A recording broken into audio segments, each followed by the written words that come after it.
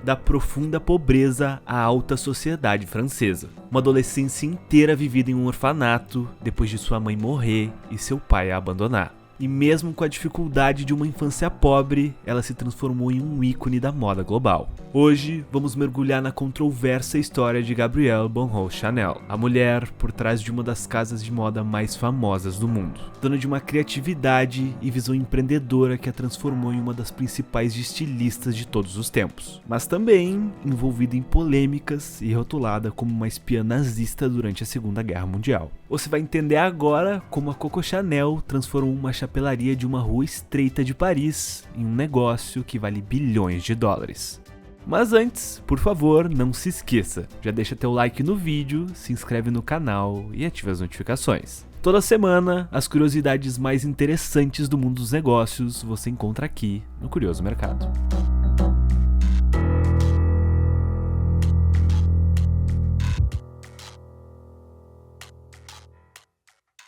O vídeo de hoje foi patrocinado pela imersão G4 Traction do G4 Educação. E a gente queria agradecer a eles bem rapidinho aqui por isso. O G4 Traction é um programa presencial voltado para empresários que querem tracionar o seu negócio e acelerar o crescimento através de liderança, cultura, processos, venda e growth. Além de aprender com mentores com muito track record, você também irá se conectar com empresários de diversos setores para encontrar soluções, trocar experiências e fazer negócios. Se você é sócio, fundador ou CEO e quer sair do operacional para focar na estratégia do seu negócio e aprender as metodologias, ferramentas e práticas utilizadas pelas empresas que mais crescem no mundo, clica aqui no link da descrição e faça uma inscrição para participar do G4 Traction.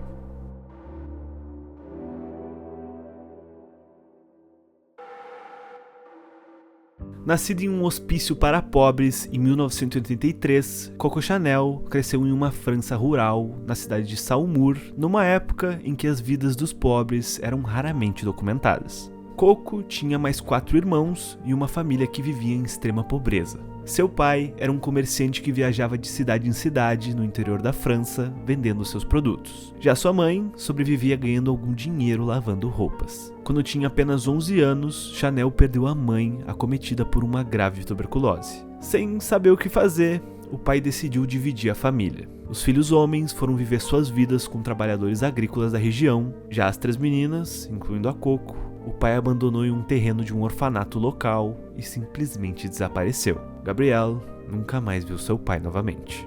Chanel viveu a infância inteira nesse orfanato, partilhando de uma vida extremamente rigorosa e disciplinada, já que a instituição era controlada por freiras. Apesar de se sentir infeliz ao ponto de desejar constantemente fugir daquele lugar, Gabrielle aprendeu no orfanato a arte que mudaria seu destino para sempre. Lá, ela aprendeu a costurar. Ainda muito jovem, Chanel já produzia alguns chapéus e vestidos. Em 1901, ao completar 18 anos, a jovem moça deveria fazer uma escolha: se tornar freira ou ir embora. Chanel pôde finalmente sair e assumir o controle do seu próprio destino. Em 1903, depois de completar 20 anos, Coco finalmente conseguiu um emprego como costureira na cidade de Moulins. Era um trabalho modesto, mas dá para se dizer que esse foi seu primeiro passo na grande indústria da moda. Foi nesse período que a jovem moça adquiriu para si o nome Coco pela primeira vez. Para poder se sustentar, Gabrielle também cantava em um cabaré local. Uma de suas canções características era a Kika Vou Coco, que acabou dando origem ao nome artístico. Na época, a Europa vivia um período entre a Guerra Franco-Prussiana e a Primeira Guerra Mundial, reconhecida como a Belle Époque, considerada uma era de ouro da beleza, inovação e a paz entre os países europeus. Enquanto as inovações tornavam a vida mais fácil em todos os níveis sociais, a cena cultural estava em efervescência. Cabarés, o cancan e o cinema haviam nascido. Moulins era uma cidade militar e muitos jovens oficiais frequentavam tanto os cabarés locais como a loja onde Chanel trabalhava, para fazerem seus uniformes sob medida. E foi assim que Chanel conheceu Etienne Balsan, seu primeiro amante. Etienne Balsan era ex-oficial da cavalaria e herdeiro de uma fortuna têxtil. Em pouco tempo, Chanel teve um caso com um homem e se tornou sua amante. Propositalmente ou não, Gabrielle começou rapidamente a se misturar com a classe mais alta e aristocrática da época. graças às suas conexões com Balsam. Ela chegou até a morar no castelo de Balsam, onde regularmente ele a presenteava com vestidos e joias, dando a oportunidade a Coco de conhecer o melhor da moda contemporânea. Chanel tinha uma pequena sala no castelo, onde ela continuava a desenhar chapéus e roupas, e também produzia algumas peças. Mas ela já projetava algo muito maior, e estava determinada a transformar aquilo em um negócio. O problema é que ela não tinha o dinheiro para investir. Mesmo tendo conhecido várias pessoas ricas da época, Chanel tinha dificuldade em achar um investidor. Ninguém parecia estar disposto a correr o risco de colocar dinheiro em uma jovem moça. Mas, com 26 anos, em uma das festas orquestradas por Balsam, Gabrielle conheceu Arthur Capel, ou Boy Capel, filho de um comerciante marítimo britânico extremamente rico, que mudou esse cenário. Os dois acabaram se apaixonando, mas também se tornaram parceiros de negócios. Chanel trocou Balsam por Capel e o casal mudou-se para Paris. Capel, de certa forma, enxergou o talento de Chanel e, em 1910, deu a ela a ajuda necessária para abrir sua própria loja em Paris, vendendo inicialmente os chapéus que ela mesma produzia. Assim, nasceu a Chanel Molds em uma rua estreita chamada Rue Cambon. Os designs de Coco eram únicos e rapidamente se tornaram muito populares. Os chapéus eram elegantes e principalmente funcionais, ao contrário dos chapéus decorativos com frutas, parecendo uma fruteira mesmo, que as mulheres francesas usavam até aquele momento. Algumas atrizes famosas da época passaram a usar os novos modelos de Chanel e contribuíram ainda mais na construção da sua reputação. Chanel era crítica ao visual exigente e pesado da alta costura pré-Primeira Guerra Mundial, e estava disposta a iniciar uma guerra para tentar tornar as mulheres tão modernas e confortáveis em suas roupas quanto os homens eram. À medida que os chapéus continuavam a vender, o negócio crescia e Gabrielle já começava a contratar as primeiras pessoas e expandir os produtos. O ênfase especial, depois dos chapéus, era para as roupas esportivas.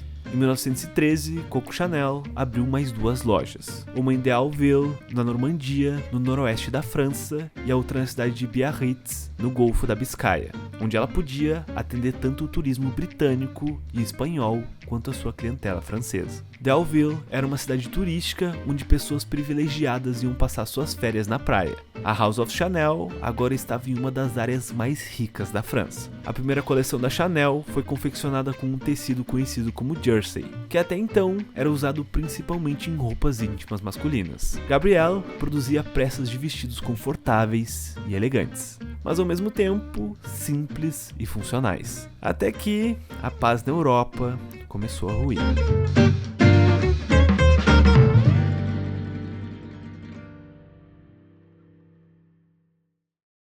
Apesar do sucesso, os negócios de Chanel passaram a ser impactados negativamente pela eclosão da Primeira Guerra Mundial no verão de 1914. Mas, apesar das dificuldades, os negócios continuaram funcionando. Com o avanço do conflito, a loja em Biarritz teve um desempenho particularmente bom, porque estava localizado no sudeste da França, o mais longe possível dos combates. Além disso, o local se beneficiou da neutralidade vizinha da Espanha e do fluxo de turistas britânicos que ainda podiam pagar por produtos caros. O lugar era uma espécie de refúgio no litoral durante a guerra. O sucesso da loja garantiu para Chanel sua independência financeira e uma legião de quase 300 mulheres trabalhando em todos os seus ateliês. Em março de 1916, a Chanel entrou para as páginas da Harper's Bazaar, uma importante revista de moda feminina, sendo considerada a marca mais elegante da Europa em tempos de guerra. Os vestidos jersey já eram um grande sucesso entre as mulheres e a reputação da marca só cresceu ainda mais na década de 1920. Chanel acabou transformando o cenário de guerra em oportunidade. Mas a felicidade de Coco acabou sendo destruída com a morte repentina de Capel em um acidente de carro em dezembro de 1919. Agora, ela estava sozinha. Havia perdido sua maior referência de família na vida, mas a perda acabou acendendo um fogo de ambição ainda maior dentro dela. Com o resultado do sucesso durante o período de guerra, Gabrielle conseguiu acumular capital suficiente para comprar, em 1919, um prédio inteiro na rua de sua chapelaria original, em Paris. 2 anos depois, Coco Chanel lançou um novo produto, o icônico perfume Chanel No. 5. A fragrância, na verdade, foi criada pelo franco-russo Ernest Beau, com quem a estilista fez uma espécie de parceria. O perfume foi um sucesso desde seus primeiros dias de lançamento e tornou-se uma parte icônica da marca. Até esse momento, as mulheres usavam apenas óleos que tinham um único aroma. O produto se tornou tão popular ao ponto da atriz Marilyn Monroe afirmar que só usava algumas gotas de Chanel No. 5 para dormir. Yeah, like, well, you know, they ask you questions like, well, just an example, what do you wear to bed? You wear a pajama top, the bottoms of the pajamas, or the nightgown, or what kind of... So I said, Chanel No. 5. Mas apesar do sucesso das vendas, Gabrielle encontrava dificuldades em seu negócio, porque tinha perdido um pilar importante com a morte de Capel. Naquela época, as mulheres nem podiam ter sua própria conta bancária, e Chanel também não tinha muita experiência com os contratos e a parte burocrática do negócio. Em 1924, Gabrielle encontrou um novo parceiro para seus negócios, um homem muito rico e com vasta experiência em marcas de moda de luxo, Pierre Wendheimer. Mas essa seria, na verdade, uma grande decepção.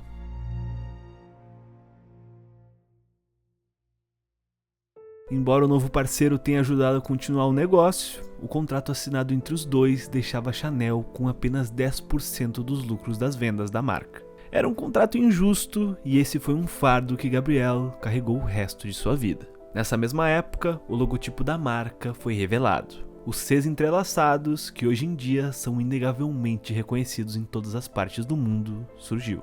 Outros produtos também foram lançados pela marca. Quase tão icônico quanto o Chanel No. 5, o vestidinho preto de Chanel começou a ser vendido em 1926. Embora os vestidos pretos tivessem sido um item de luxo da alta sociedade durante o período renascentista, as roupas pretas se tornaram com o tempo sinônimo de luto.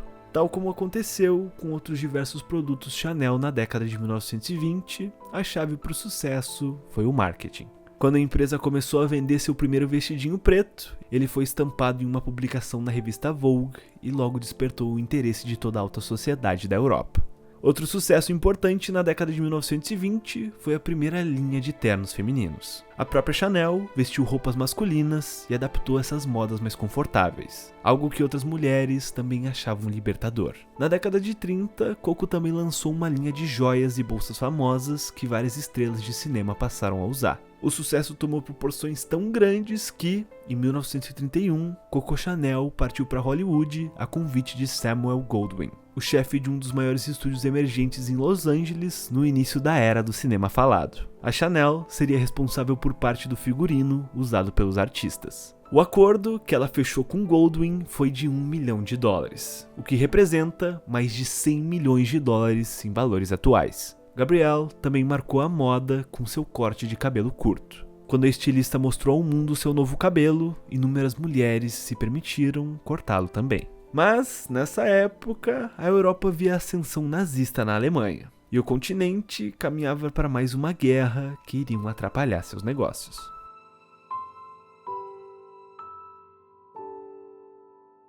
Em 1940, o exército alemão invadiu Paris e assumiu completamente o controle da cidade. Chanel teve que fechar suas lojas. E agora começa um grande mistério em sua biografia. Segundo seu próprio relato, ela fugiu de Paris durante a invasão. Mas algumas investigações apontaram, alguns anos depois, que essa não é a verdade. Chanel permaneceu em Paris e mudou-se para o Hotel Ritz. Esse hotel acabou sendo onde os nazistas instalaram sua sede, o que significa que Chanel estava morando entre os inimigos durante a invasão.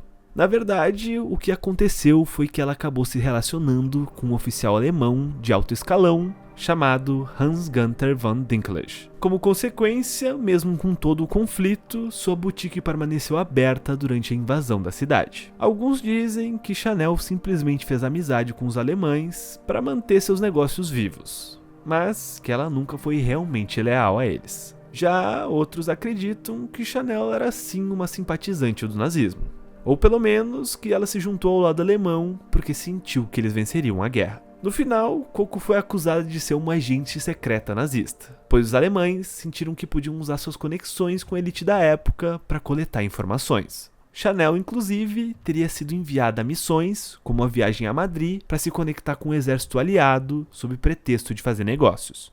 Por um tempo, esse envolvimento foi tratado apenas como rumores. Mas em 2011, um livro lançado com o nome Dormindo com o Inimigo, A Guerra Secreta de Coco Chanel, reuniu documentos para provar que Chanel era sim uma agente nazista infiltrada. Outra hipótese também levantada era que Chanel queria aproveitar a invasão alemã para desqualificar o contrato que assinou com Pierre Wertheimer. Wertheimer era judeu e Chanel acreditara que os nazistas ajudariam a recuperar a propriedade total de sua bem-sucedida marca. Mas Pierre foi muito inteligente para se defender contra esse problema. Ele transferiu temporariamente sua participação acionária da empresa para um amigo não judeu, o que impediria qualquer tentativa nazista.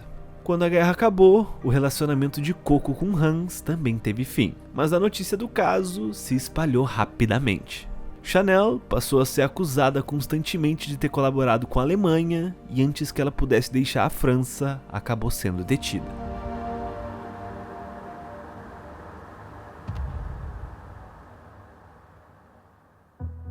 Gabrielle foi levada a interrogatório, mas com a alegação de falta de provas, ela não foi acusada e acabou sendo solta um tempo depois. Apesar de alguns oficiais alemães testemunharem que Chanel tinha trabalhado para Hitler, ela saiu completamente ilesa das acusações. A teoria mais popular é de que Winston Churchill interveio nas investigações para mantê-la segura, já que ela tinha muitas informações importantes de muita gente também importante. Já outra vertente suspeitava de que Chanel havia usado suas conexões no alto escalão para subornar pessoas e encobrir seu envolvimento com os alemães. Mas apesar de não ter sido acusada oficialmente, Chanel teve uma recepção muito ruim na França pós-guerra. Sua reputação havia se deteriorado. Paris já não era um lugar seguro para ela, que decidiu se mudar para a Suíça. De lá, ela continuou a observar o mundo da moda, mas agora de fora. E continuava convencida que as mulheres modernas precisavam de suas roupas. Ironicamente, sua volta ao cenário foi viabilizada por Pierre Wertheimer.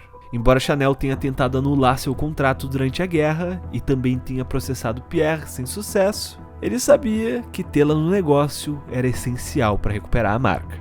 E assim, em 1954, aos 71 anos, Chanel reabriu sua grife depois de ter ficado 15 anos fechada desde a guerra. As suas novas coleções foram instantaneamente rejeitadas pelos franceses. No entanto, em pouco tempo, seus designs chegaram à América e por lá passaram a fazer sucesso. Basicamente, a nova coleção se alinhava com a maneira que os americanos modernos queriam se vestir. A verdade é que Coco entendia muito do assunto. Não demorou muito e as roupas voltaram a se tornar populares. Dessa vez, atingindo celebridades americanas. Mulheres como Elizabeth Taylor passaram a vestir os modelos da marca. No alto de seus 75 anos, Chanel continuava a lançar novos designs e fazer sucesso como o clássico terno tweed.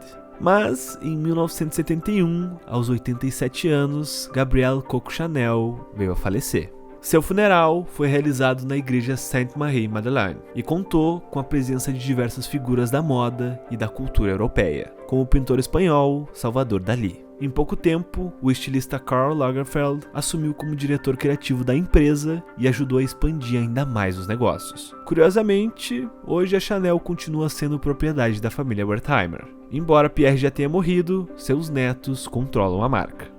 Juntos, Alain Wertheimer e Gerhard Wertheimer acumulam um patrimônio de mais de 30 bilhões de dólares. A Casa Chanel continua sendo uma marca extremamente famosa no mundo inteiro, e suas campanhas de marketing continuam sendo particularmente geniais. Apesar das diversas polêmicas em sua vida, Coco Chanel é uma das estilistas mais importantes da história e foi a única figura da moda a aparecer na lista das 100 pessoas mais influentes do século XX, segundo a revista Times. E se você gostou do nosso conteúdo, considera com carinho se tornar um membro do canal. Além de receber selos, conteúdos exclusivos, participar das enquetes e outros benefícios, você ajuda o Curioso Mercado a continuar produzindo conteúdo. Mas se você não quiser se tornar membro, você pode deixar seu like e se inscrever no canal, que é de graça. Toda semana, as curiosidades mais interessantes do mundo dos negócios você encontra aqui no nosso canal. Curioso Mercado, conteúdo para quem tem conteúdo.